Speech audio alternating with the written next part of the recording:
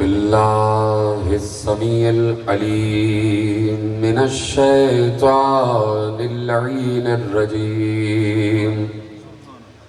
بسم الله الرحمن الرحيم.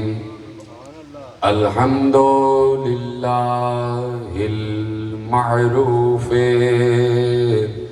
من غير رؤية والخالق من غير روية الذي لم يزل قائما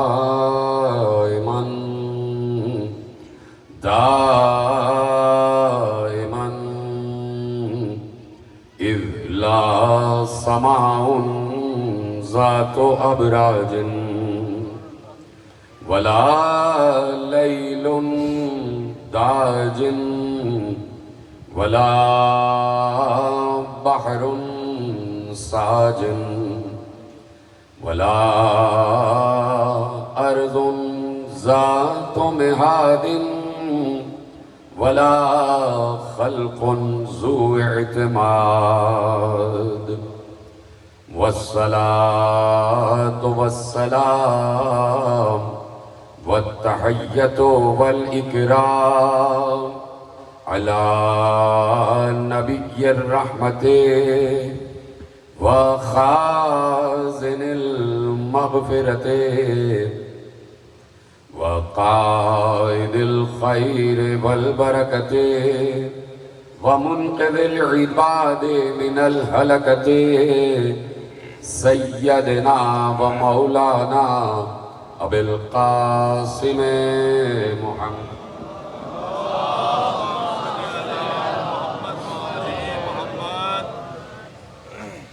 وأهل بيته الطيبين الطاهرين المعصومين المظلومين المنتخبين المنتجبين الذين أذهب الله عنهم الرجس وطهرهم تطهيرا.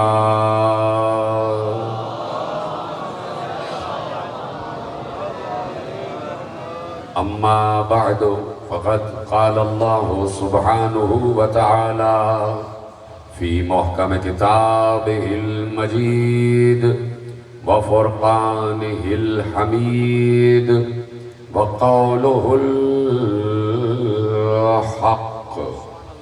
بسم الله الرحمن الرحيم. الذين آمنوا وتطمئن قلوبهم بذكر الله ألا بذكر الله تطمئن القلوب. صلوات پڑھے محمد وآلہ.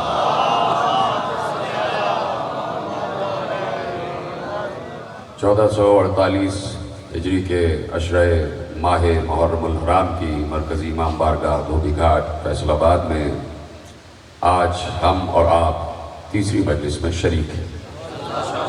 موضوع گفتگو ذکر اہل بیت ہی ذکر اللہ ہے کہ عنوان سے جاری اور ساری ہے.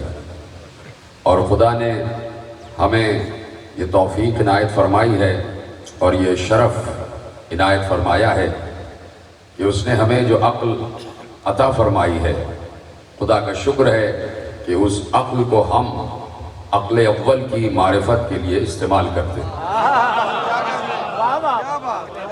اس لیے کہ جب انسانی عقل کو ہی معلوم نہ ہو کہ عقل کی ابتدا کیا ہے تو ایسے عاقل کو پھر عاقل نہیں بلکہ جاہل کہا جاتا ہے.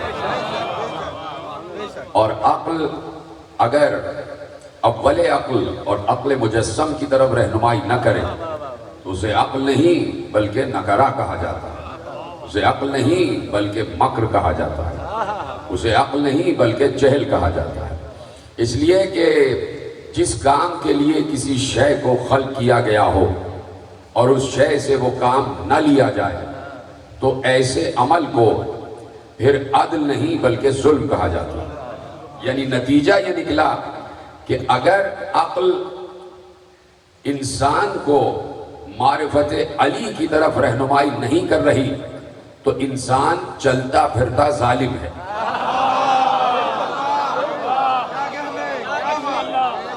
وہ اپنی عقل کے ساتھ ظلم کر رہا ہے، وہ اپنی عقل کو صحیح معنوں میں استعمال نہیں کر رہا ہے۔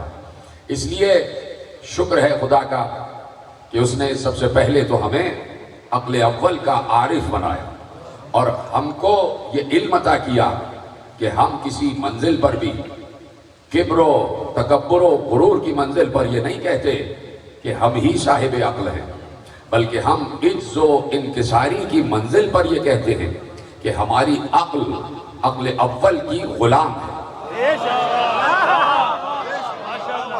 ہماری عقل مجسم کی خادم ہے، اور عقل اول کا غلام ہونا اور عقل اول کا خادم ہونا اس سے بڑا کوئی شرف ہے ہی نہیں۔ چپ ہو گئے آپ؟ میں ثابت کر دیتا ہوں ابھی۔ عقل اول کا غلام ہونا، عقل اول کا نوکر ہونا اور عقل اول کا خادم ہونا، اس سے بڑا کوئی منصب نہیں ہے، اس سے بڑا کوئی شرف نہیں ہے، اس سے بڑا کوئی عہدہ نہیں ہے۔ بعض لوگ جو نوکر کا لفظ استعمال ہوتا ہوا دیکھتے ہیں، خادم کا لفظ استعمال ہوتا ہوا دیکھتے ہیں یا کہیں استعمال کرتے ہیں، تو وہ ان معنوں میں کہ خادم ہے، نوکر ہے، اس کے پاس کوئی منصب نہیں ہے، اس کے پاس کوئی عہدہ نہیں ہے۔ اگر نوکر ہے تو کسی عہدے والے کا نوکر ہے، اگر خادم ہے تو کسی منصب والے کا خادم ہے۔ یعنی لوگوں کی عام فہم میں یہ بات راسخ ہے کہ خادم ہونا کوئی عہدہ نہیں ہے، نوکر ہونا کوئی عہدہ نہیں ہے۔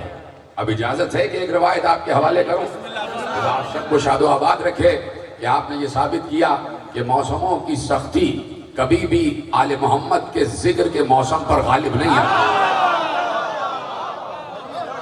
خدا آپ سب کو شاد و آباد رکھے، اور جتنی مائیں بہنیں ان کی جھولیاں آباد رہیں، اور جتنے بھی حضرات یہاں سے وہاں تک جہاں تک تشریف فرما ہیں، جو بھی آپ دعائیں لے کر اور دعائیں سوچ کر آئے ہیں، اس سے پہلے کہ آپ فرش عزا سے اٹھیں آپ کی دعائیں قبول ہو جائیں، اور آپ کے فہم و فکر سے زیادہ پروردگار آپ کو عطا فرمائے۔ خدا آپ کو شاد و آباد رکھے۔ یہ صرف عقل اول کے ماننے والے ہی کر سکتے ہیں،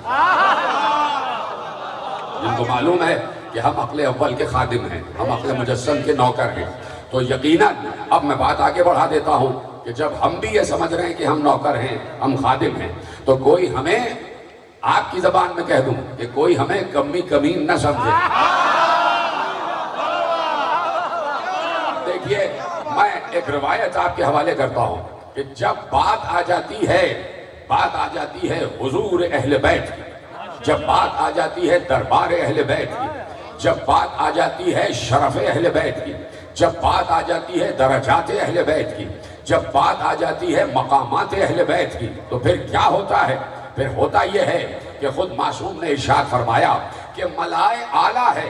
دیکھیے، میں پچھلے سال عرض کر چکا کہ جس کو یاد ہوگا وہ فوراً میموری ریکال ہو جائے گی اس کی، کہ میں نے پچھلے سال عرض کیا تھا کہ ہر کثرت قلت کی محتاج ہے، ہر کثرت قلت کی محتاج ہے۔ مثلا میں نے عرض کیا تھا کہ گھر میں اگر 10 افراد ہیں، 10 افراد ہیں، تو ان 10 افراد کا ایک بڑا ہوتا ہے جسے ولی گھر کا کہتے ہیں، تو وہ جو ولی ہوتا ہے وہ گھر کا بڑا ہوتا ہے، اور یہ 10 افراد جو ہیں یہ کثرت ہے۔